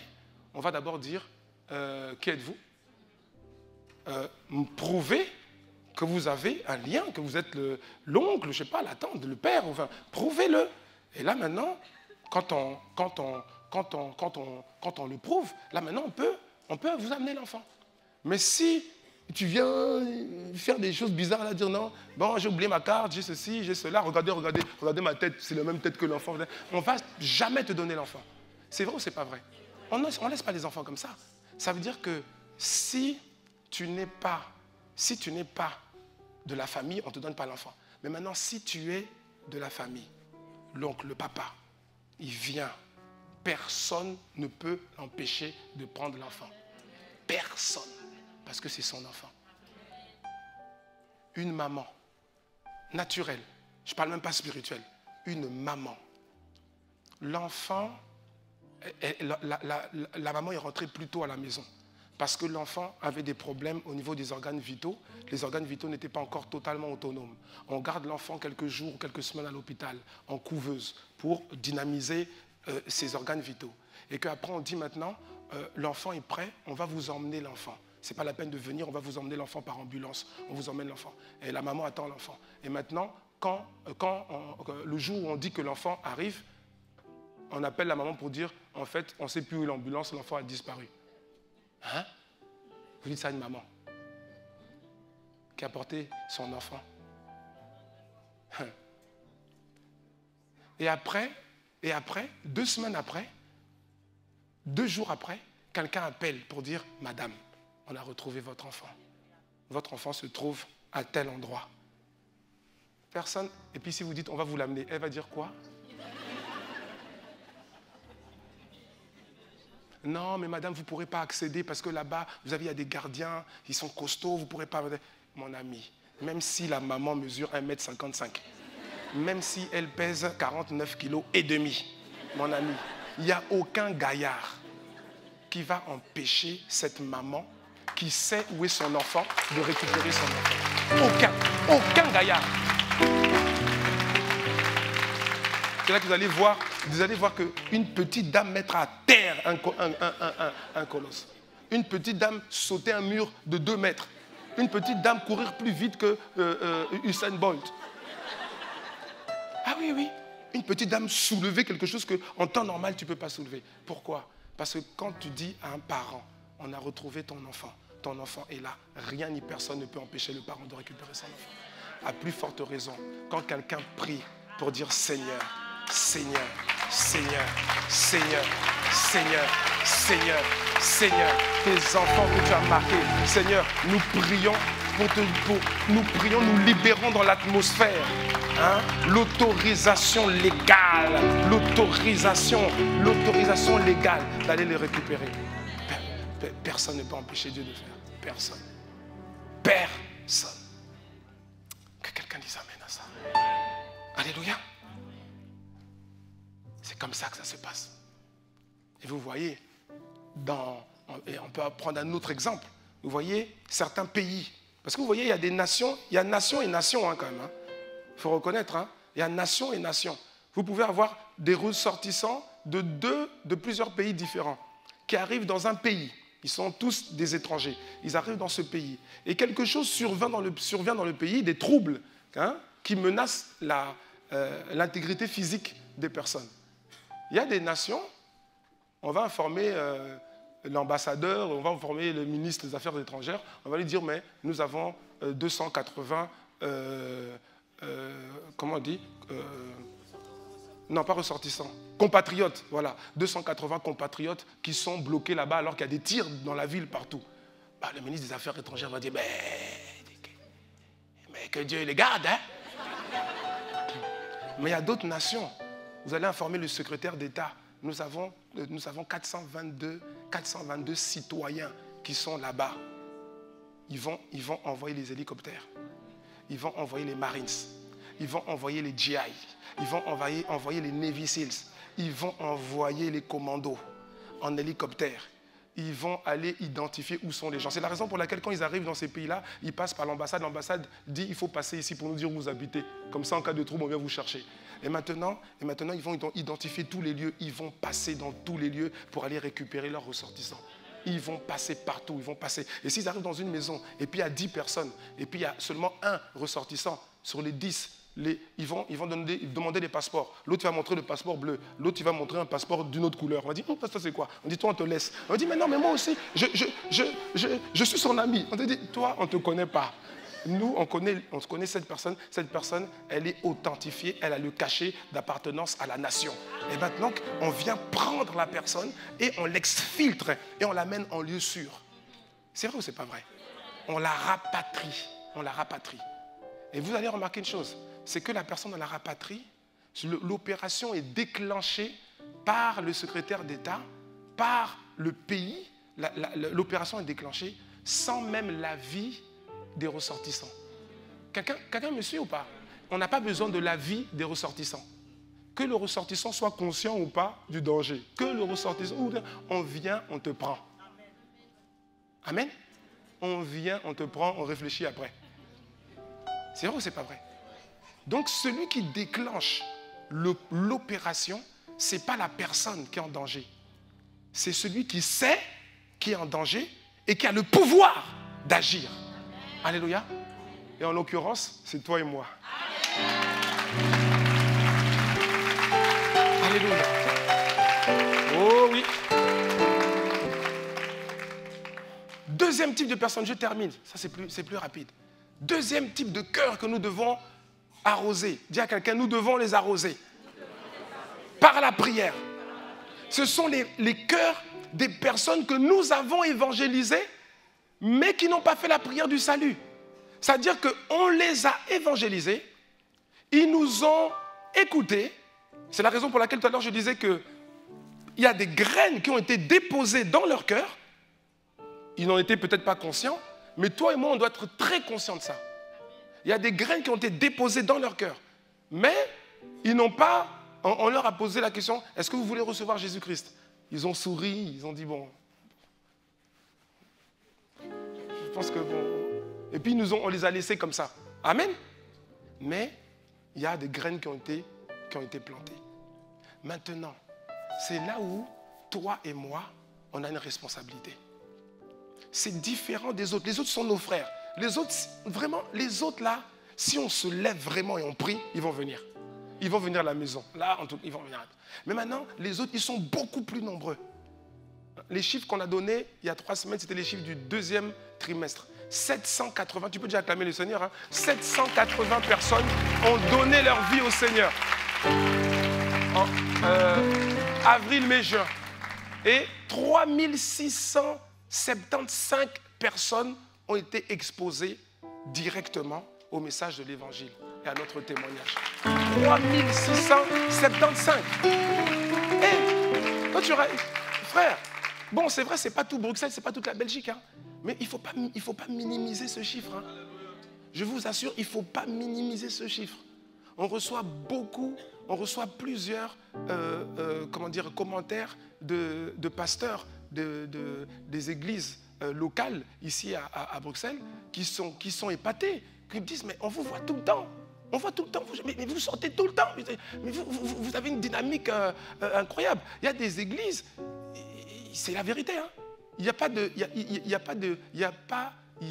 a même pas, je ne sais pas combien de personnes qui ont été gagnées, je ne sais même pas si ça atteint 10. Alléluia. Ce n'est pas nous, on fait notre part. Amen. Alléluia. Ce que je suis en train de dire, c'est qu'il ne faut pas minimiser ces chiffres. Parce que je vous assure qu'il y a quelqu'un, il y a quelqu'un qui ne minimise pas ces chiffres. Oui, Dieu ne minimise pas ces chiffres. Et je vais vous dire une chose, le diable aussi ne minimise pas ces chiffres-là. Parce que, je vous expliquais l'autre fois, que le diable aussi tient son conseil. Hein. Vous savez ça? Les ténèbres tiennent leurs conseils, ils ont des conseils. Il y en a, peut-être qu'il y a les plus petits conseils, c'est les conseils, comment on appelle ça, hebdomadaires, d'autres mensuels, d'autres trimestriels, d'autres semestriels, d'autres annuels. Hein. Ils tiennent leurs conseils. Hein. Leurs conseils. Ah oui, oui. Jésus a dit, je bâtirai mon église et les portes du séjour des morts ne prévaudront point sur elle. Les portes, c'est quoi? À l'époque, les portes, c'était le lieu de conseil d'une ville. Quand on dit les portes du séjour des morts, c'est le lieu de l'assemblée du conseil qui délibère, le conseil du diable, le conseil des démons. Quelqu'un me suit ou pas? Oui, donc ils tiennent leur conseil. Mais maintenant, quand ils tiennent leur conseil, hey, mon ami, ce n'est pas la même chose que du côté de Dieu. Parce que du côté de Dieu, bien aimé, qu'est-ce qui se passe? Dieu voit les chiffres. Hein? Dieu connaît les chiffres, frère. Jésus a dit, si un homme a 100 brebis et puis il y en a une qui se perd, est-ce qu'il ne va pas laisser les 99 sur les montagnes et puis chercher celle qui est perdue? Dieu connaît très bien les chiffres. Que quelqu'un nous amène à ça. Dieu connaît très, très, très, très bien les chiffres. Si en plus, la Bible, le Seigneur dit dans sa parole que chacun de nos cheveux n'est pas juste compté, mais numéroté, mon ami, ce n'est pas en ce qui concerne les âmes qui va pas suivre. Hein. Ah oui. Donc, 780, quand Dieu voit ces chiffres-là, maintenant le Seigneur compte sur nous. Parce qu'il dit, ok, il y a 780 qui ont donné leur vie à Christ à travers les sorties d'évangélisation. Maintenant, Dieu se dit, maintenant, il faut que mon peuple se lève pour prier, pour me donner parce que Dieu agit à travers les prières de ses enfants. Pour me donner les moyens d'agir et d'aller rapatrier ces 780-là. Et maintenant, Dieu aussi est conscient qu'il y a 3675, hein, ils ne sont pas encore ses enfants, mais il y a des graines qui ont été plantées. Donc ça aussi, c'est quelque chose que Dieu va suivre de très près. Parce qu'il y a 3675 graines qui ont été plantées et il faut que ces graines germent. Il faut que le maximum, ce ne sera peut-être pas toutes, mais il faut qu'un maximum de graines germent. Et comment elles vont germer? Elles vont germer quand quelqu'un va arroser. Alléluia.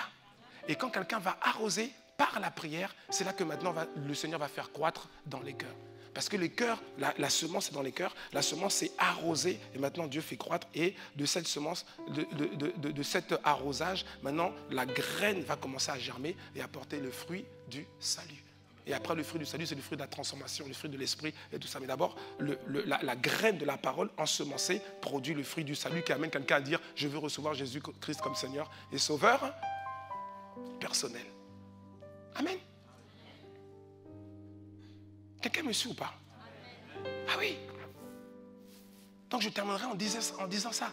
Qu'au conseil du diable, quand le diable prend, quand il fait son conseil, quand ils font leur conseil, les démons supérieurs, quand ils font leur conseil sur la ville de Bruxelles, sur la région de Bruxelles, parce que sachez il faut savoir qu'il y a des entités, hein. Il y a des entités qui remontent, ça remonte.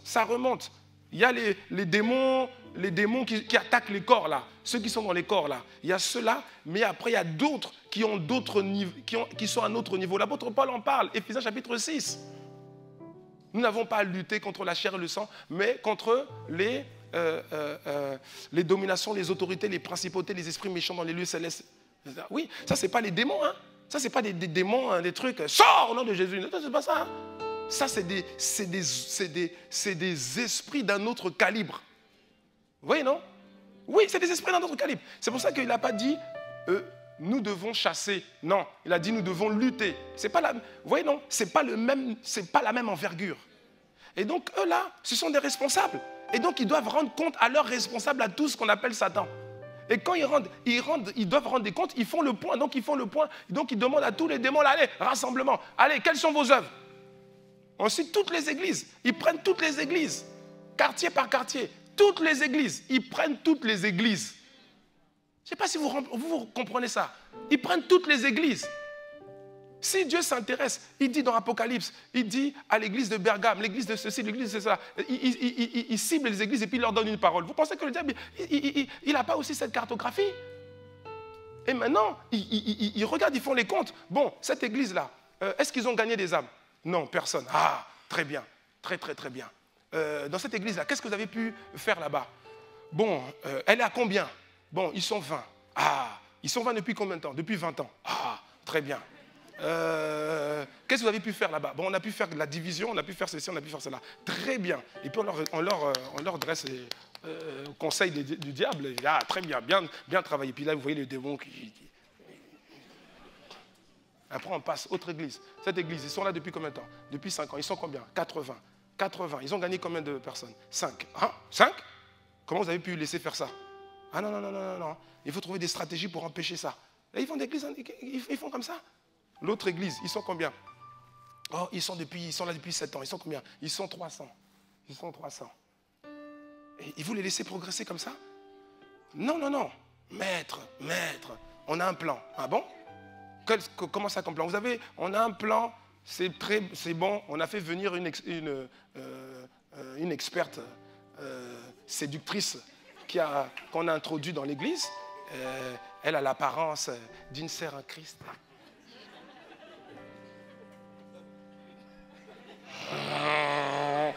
Oui, non. On dit que non, maître, ça va aller. On a déjà fait ça plusieurs fois. C'est un coup qui marche. Elle n'a jamais loupé ses missions. Donc, elle arrive et puis elle a déjà commencé. Et on voit que le cœur du pasteur n'est pas très attaché là. Elle le regarde, il la regarde. Ça va aller. C'est une histoire de temps. On va le faire tomber. Et quand il va tomber, ça scandale. Et puis l'église va se diviser. On va détruire l'église. Ah, là, ils sont contents. Bon, suivez le plan. Hein. Il faut qu'au prochain trimestre, ce soit réglé ça. Hein. Ensuite, on passe à l'autre église. Quelle église? ICC. Ah. Bon, déjà là, tu vois, il y a un problème. Tu vois, il y a une... C'est-à-dire que... Le démon supérieur ne veut même pas entendre ce qu'on va lui dire. Ah, c'est là-bas. Quoi encore? Qu'est-ce qu'il y a? C'est quoi Bon, là-bas... Bon... Il a même peur, quoi. Tu vois, celui qui calcule là. Bon, là-bas, bon, quoi? Bon, ils ont gagné 780. 780. Quelqu'un me suit? Ils ont gagné 780. On dit, 780. Aïe. Il faut bloquer ça. Quelqu'un me suit? Le diable dit, il faut bloquer ça.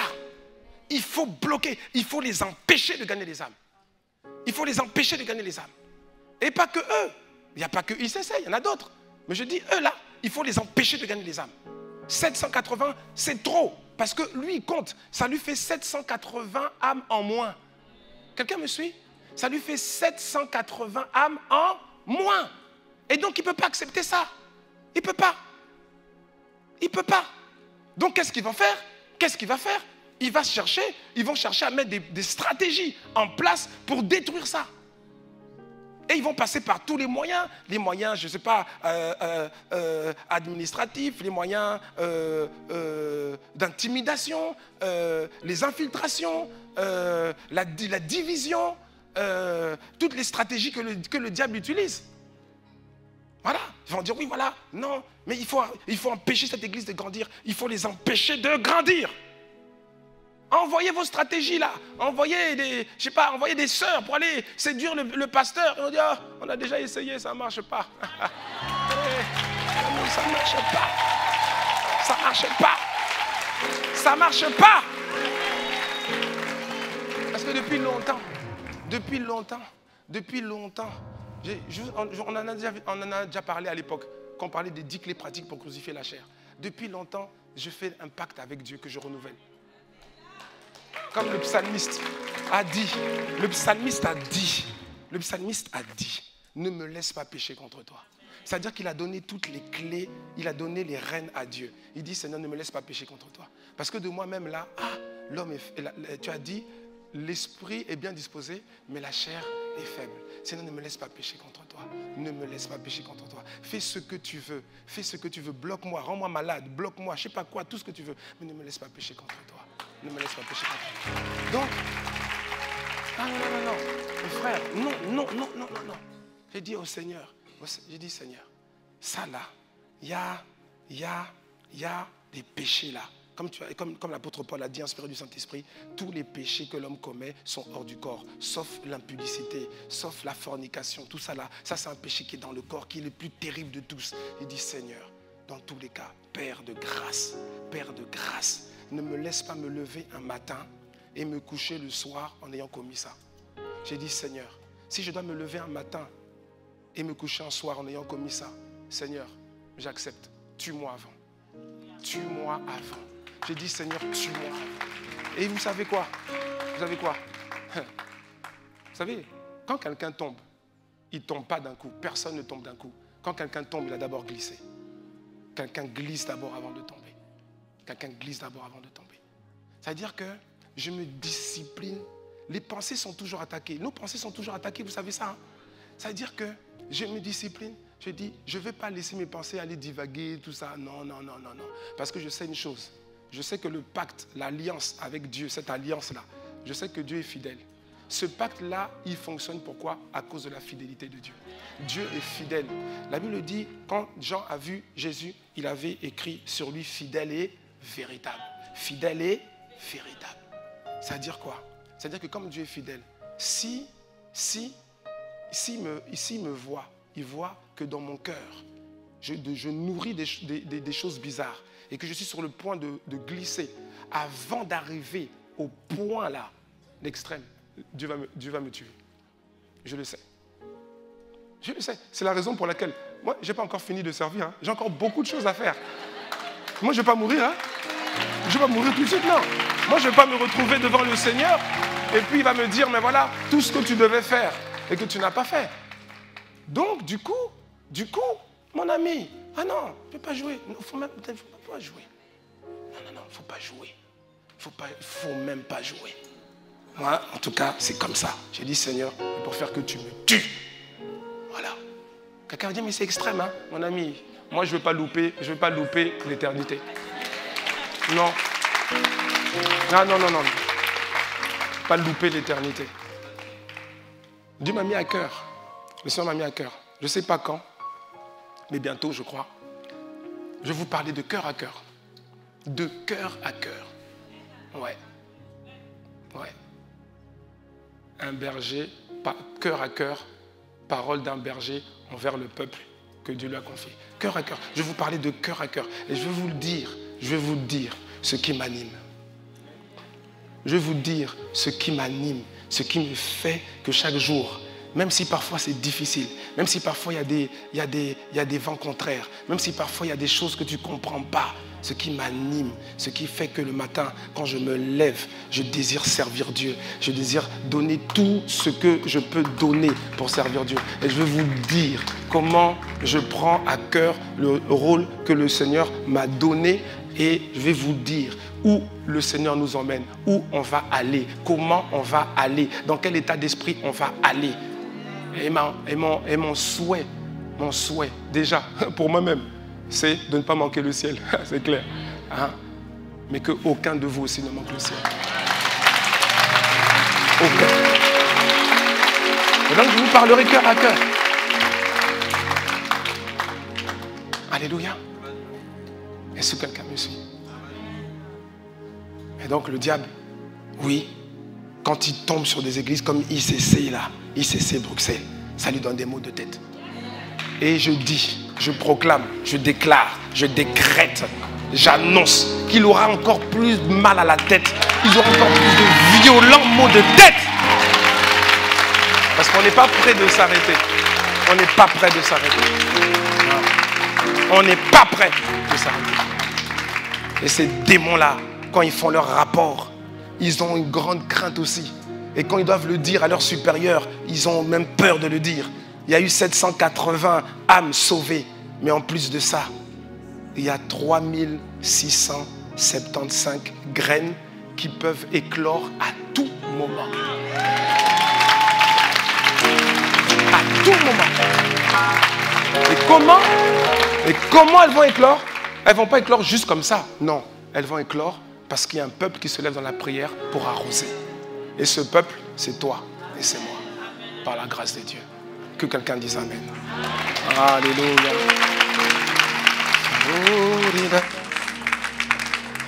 Ah. Bien-aimés, nous sommes en train de parler du salut. Et je ne peux pas terminer sans avoir donné l'opportunité à quelqu'un de se réconcilier avec Christ. Je ne peux pas, avec Dieu. Je ne peux pas me terminer sans avoir donné l'opportunité à quelqu'un de donner sa vie à Jésus-Christ. Je nous invite là où nous sommes à tenir, à pencher la tête, à baisser la tête, à fermer les yeux. Pourquoi je demande cela? Parce que c'est tellement important que je n'aimerais pas, je ne souhaiterais pas que quelqu'un soit intimidé par le regard d'un autre. Il y a quelqu'un qui veut dire oui à Jésus en ce lieu. S'il y a une seule personne qui lève la main, qui dit oui, alors je serai heureux.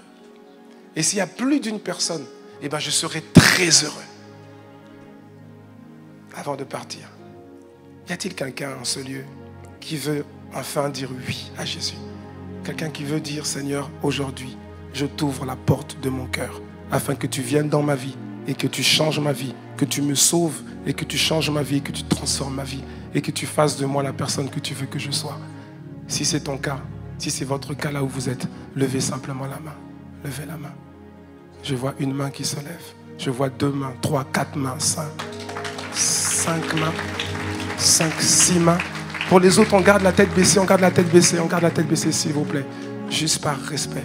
Vous qui avez levé la main, je vous demande, non, gardez la main levée, s'il vous plaît. Je vous demande encore une toute dernière chose, une toute dernière chose. Là où vous êtes, s'il vous plaît, tenez-vous debout. Tenez-vous debout. Ce n'est pas devant le pasteur Christian que vous tenez debout. Ce n'est pas devant l'assemblée ICC. C'est devant Dieu que vous tenez debout.